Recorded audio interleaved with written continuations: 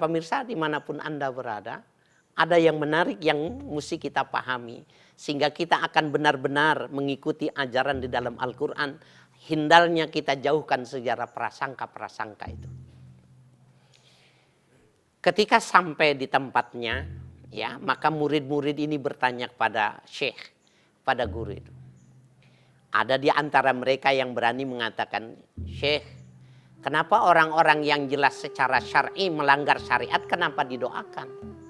Bukankah itu harus, ya, nahi munkar? Bukankah itu sesuatu yang harus, ya, diselesaikan bukan dengan cara yang semacam itu? Bisa jadi mungkin kita memaraninya, kemungkinan kita memberikan pelajaran, kalau perlu menghukumnya.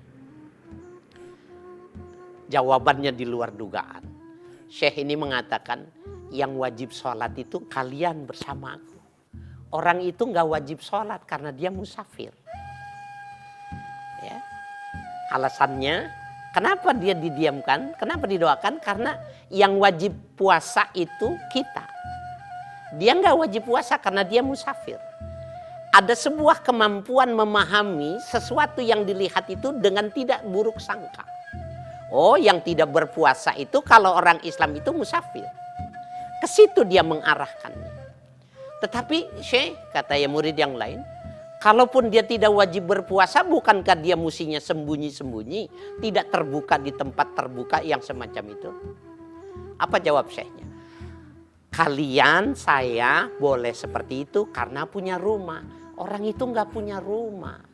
Bagaimana dia mau mesti bersembunyi? Jadi Bapak saudara sekalian, para pemirsa, ibu yang kami hormati, hal-hal yang terlihat orang melahirkan dugaan buruk saja, ternyata di dalam Islam itu ada alasan untuk mencarikan alasan sehingga kita tidak punya buruk sangka kepada orang lain. Kenapa ini kita tidak pergunakan? Ya, walaupun sebenarnya di sisi lain juga harus ada kesadaran.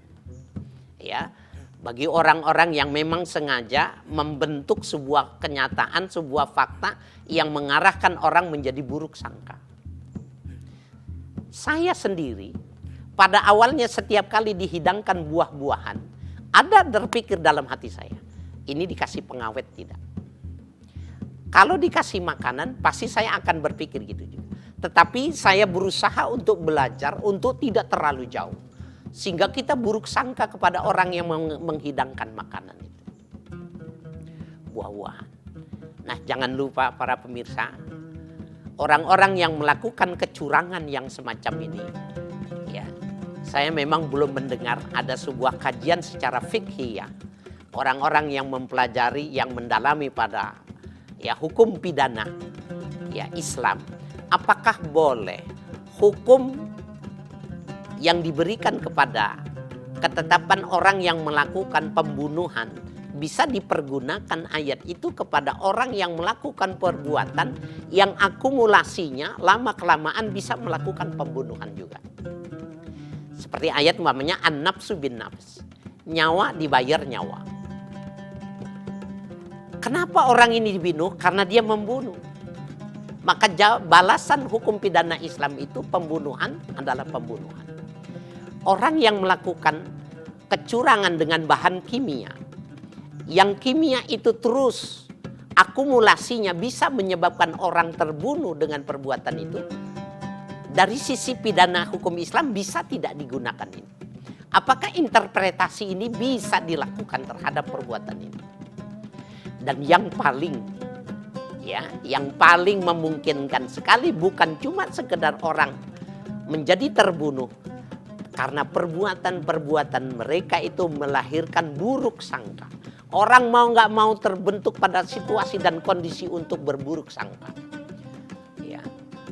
Subhanallah, mudah-mudahan ini menjadi pelajaran bagi para pedagang.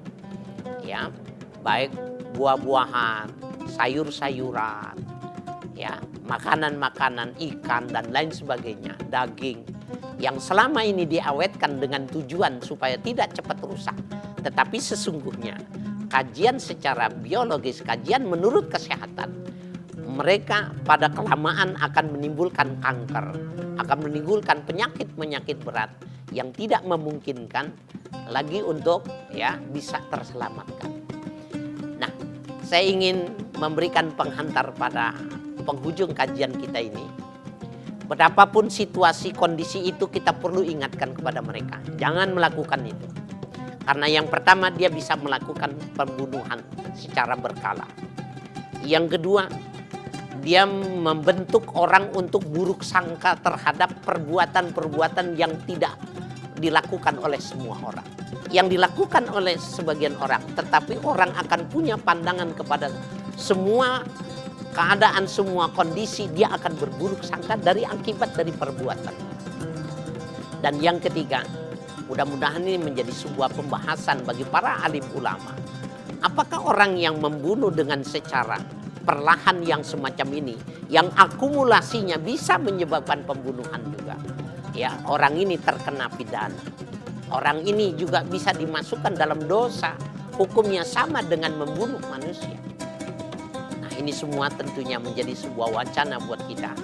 Dan kajian kita pada kesempatan ini, bahwa sesungguhnya betapapun kondisinya yang semacam itu, orang Islam hanya boleh berhati-hati, tapi tidak boleh sampai kepada menduga yang tidak bagus. Mudah-mudahan kajian ini bermanfaat. Billahi taufiq wal hidayah. Wassalamualaikum warahmatullahi wabarakatuh.